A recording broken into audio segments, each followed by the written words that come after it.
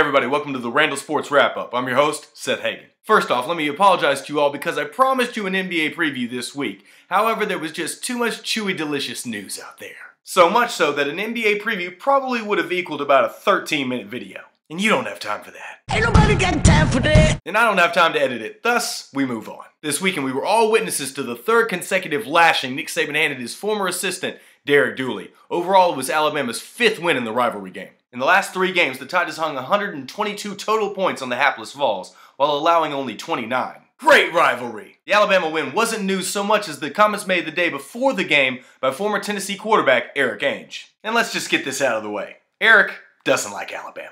Ainge broke records at Tennessee for passing touchdowns by a freshman and completion percentage in a season, both records held by Peyton Manning. In 4 games against the Tide, Erik broke even at 2-2, but never enjoyed statistical success, throwing 2 touchdowns total while being intercepted 7 times. Not to mention that his last game against Alabama was a 41-17 drubbing that was UT's worst loss in the series in 20 years. And then a few weeks later, that same Bama team lost to Louisiana Monroe. Nice. All that said, Erik desperately wanted his Vols to come out with a win at home against the #1 ranked Tide. Maybe a little too much. This game is about attitude. I want to see a Ben Bartholomew out wide, motioning down in, and crack blocking that defensive end, right in the knees, not up in the head, right at his knees.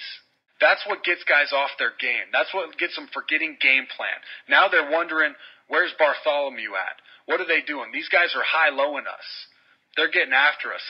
That's a penalty. You can't do that. We're Alabama. Guess what? We don't care. We're not supposed to win anyway. We're going to do it. You don't like us high-lowing you? You don't like us going for your knees? You don't like us ripping your helmet off so you got to go out for a play on 3rd and 6? You don't like that? Then put your backup in, because that's what it's going to be for 60 minutes. Get a 15-yard penalty. The first time A.J. McCarron drops back, Sal, tell one of your boys, hey, you got 15 on this one. Go for his knee.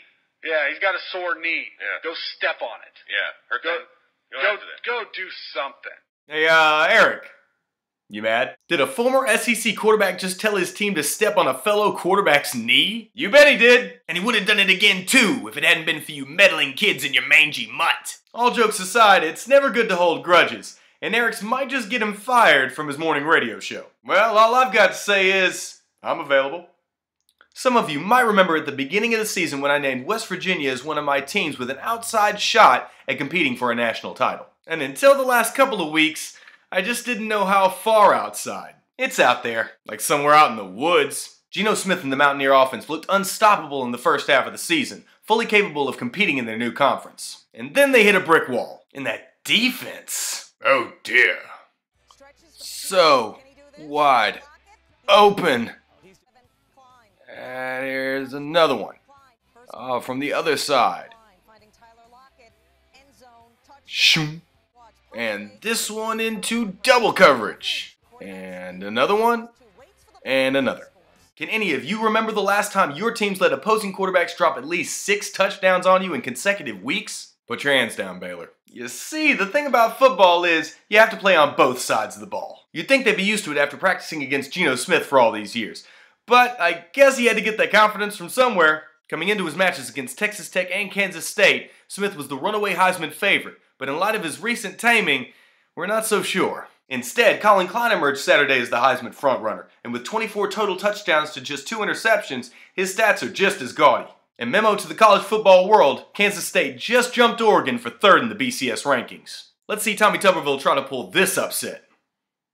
Alright, time for some fun. Another year has come, and 6 games into their 2nd season with Cam Newton, the Carolina Panthers are still looking for answers. They might want to look for some more receivers. Or actually try running Newton on 4th and 1? Think about it. Get to the line of scrimmage and fall forward. Or the guy jumps 20 feet at a time. That usually works. But one and only one question concerns my mind at this time. Where did you get that stylish coat? Oh, you know, just thought I'd stop by the farmer's market on the way to the bingo hall. Cam, I know you play for the Panthers, but that doesn't require you to dress like the cat lady from my old neighborhood. It looks like someone bred 70s shag carpet with a lovely shade of casserole. Come on, Cam. I'm of the belief that it is never that cold out. But surely Cam has an explanation for this.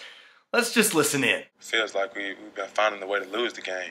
Dude, you gotta find a way to a garbage can, a dumpster fire, or at least a larger than normal Food disposal? But how rude of me to interrupt, Cam. Please continue. But, you know, everybody has to do better, including myself. And, you know, just take accountability. Who's accountable for that jacket? The elderly section at Belk? My bad, Cam. You were saying? You saw it with, you know, countless games where we just find a way to keep the game close.